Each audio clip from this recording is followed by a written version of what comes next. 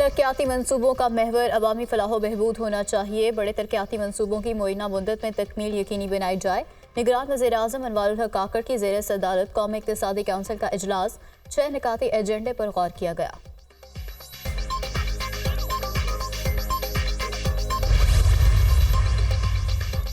और जुलाई से दिसंबर के दौरान मालियाती खसारा 2.3% रिकॉर्ड। पेट्रोलियम लेवी 166% इजाफे से 437 अरब रुपए रही। विफाकी टैक्स रेवेन्यू 30% इजाफे से 4,469 अरब रुपए तक पहुंच गया। वजारत खजाना ने मुआशी रिपोर्ट जारी कर दी। मुमकिन है नवाज शरीफ चौथी बार वज़ीर आज़म बन जाएं। हो सकता है हमारी जमात को ज़्यादा कामयाबी मिले और हमारी हुकूमत बन जाए। मियाँ साहब बखूद और उनकी जमात ये जाहिर कर रही है कि मियाँ साहब चौथी दफ़ा वज़ीर आज़म बन गए हैं।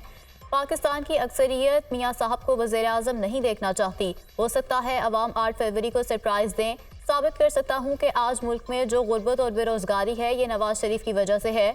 शहबाज शरीफ की इसमें कोई गलती नहीं है। शहबाज शरीफ के पास मौका था, वो पाकिस्तान की मैशत दुरुस्त करते, लेकिन वो मियाँ साहब से आज़ाद नहीं थे।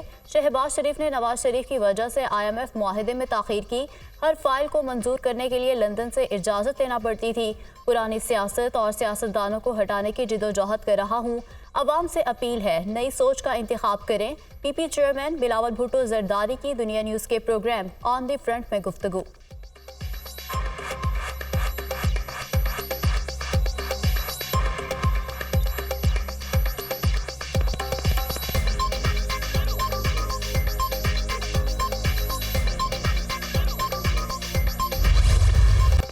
मैं बेकसूर था, जानबूझकर सजाएं दिलवाई गई। मेरे साथ ऐसा करने वाले एक एक करके चले गए। वो जज भी चला गया जिसने चंद दिन बाद चीफ जस्टिस बनना था। वो मेरे केसेस पर निगरान बनकर बैठा था और चाहता था कि जल्द अज जल्द नवाज शरीफ को सजा हो। वो जज तो चला गया, लेकिन नवाज शरीफ आपके सामने खड़ा है। वो सब रुखसत हो गए जबकि मैं आपके सामने हूँ। एक एक करके सब बेनकाब हो गए। नवाज शरीफ था तो घरों में सुकून था, आटा सस्ता था, चीनी ही सस्ता था। नवाज शरीफ की छुट्टी ना कराई जाती तो आप बेरोजगार ना होते। उस जमाने को वापस लाना है, आपके घरों को दोबारा बसाना है। इस मुल्क को और कौम को अपने पांव पर खड़ा करेंगे। कायद मुस्लिम लीग नून नवाज शरीफ का अवामी इज्तिमा से खिताब।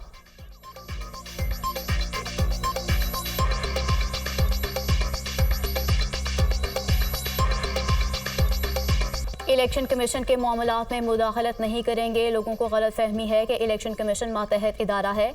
इलेक्शन कमीशन एक आइनी इदारा है। आइनी इदारों को इज्जत दें। इलेक्शन कमीशन अगर अपना काम ना करे तो हम उनसे काम करवाएंगे।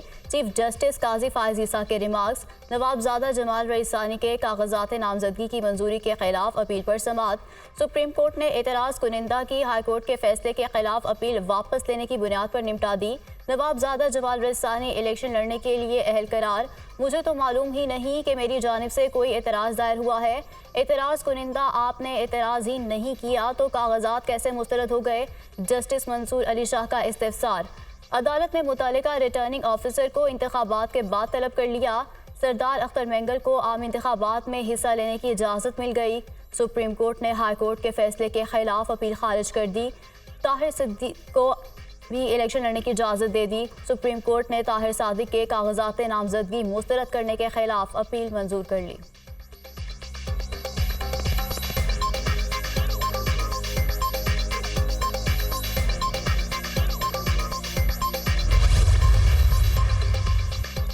सुप्रीम कोर्ट में फौजी अदालतों में सिविलियंस के ट्रायल की समाअत करने वाला बेंच टूट गया। लार्जर बेंच के सरबराह जस्टिस सरदार तारिक मसूद ने खुद को बेंच से अलग कर दिया।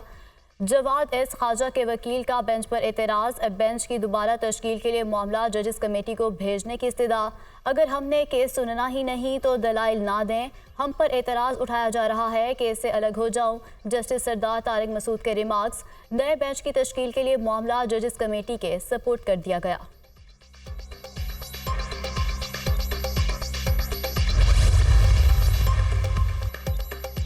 गधागाड़ी इंतखाबी निशान नामंजूर। चौधरी परवेज इलाही ने गधागाड़ी इंतखाबी निशान अलॉट करने के इकदाम को चैलेंज कर दिया।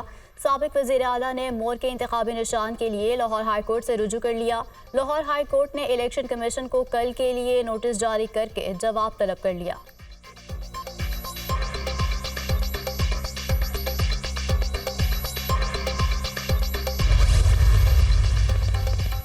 मुस्लिम लीग नून का दफ्तर जलाने का केस, सनम जावेद की दरख्वास्त जमानत मंजूर। इंसदाद दहशतगर्दी अदालत लाहौर के जज अरशद जावेद ने फैसला सुना दिया। पुलिस ने एक और मुकदमे में सनम जावेद की गिरफ्तारी डाल दी। थाना शादमात में दर्ज दहशतगर्दी के मुकदमे में गिरफ्तार किया गया। सनम जावेद का इलेक्शन ना लड़ने का फैसला सनम जावेद की बहन फलक जावेद ने ट्वीट के जरिए तस्दीक कर दी।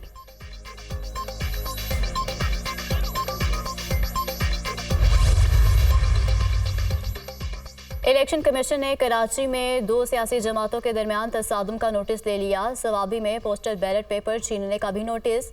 चीफ सेक्रेटरीज और आईजी से रिपोर्ट तलब कर ली। वाक़यात में मुलविस अफराद के खिलाफ FIR के इंदिराज और कानूनी कार्रवाई अमल की हिदायत कर दी।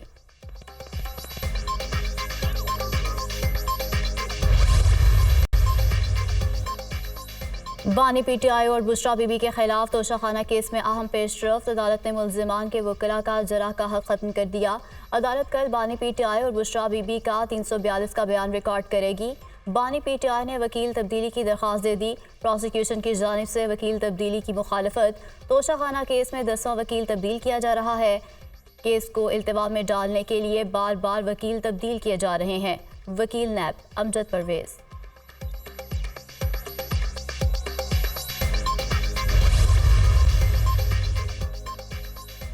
बानी PTI और शाह महमूद कुरैशी के खिलाफ साइफर केस की समाअत। साबिक प्रिंसिपल सेक्रेटरी आजम खान से जरा के दौरान अदालत का माहौल नाखुशगवार।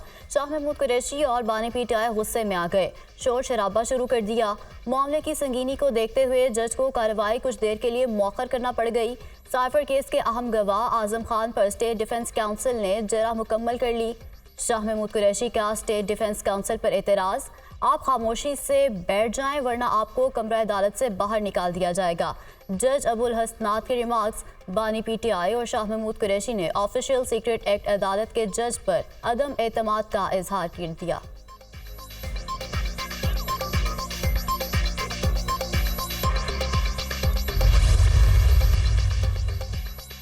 मुल्क में काला धन कमाने वालों के लिए बुरी खबर। स्टेट बैंक का तमाम मालियत के नए करेंसी नोटों को लाने का असूली फैसला। नए नोटों को आलमी सिक्योरिटी फीचर्स के तहत छापा जाएगा। नए नोटों को रंग, सीरियल नंबर, डिज़ाइन और हाई सिक्योरिटी फीचर्स के साथ मुतारिफ करवाया जाएगा। तमाम नए नोटों के डिज़ाइन का फ्रेमवर्क शुरू हो चुका। उम्मीद है मार्च तक मुकम्मल होगा। Governor state bank.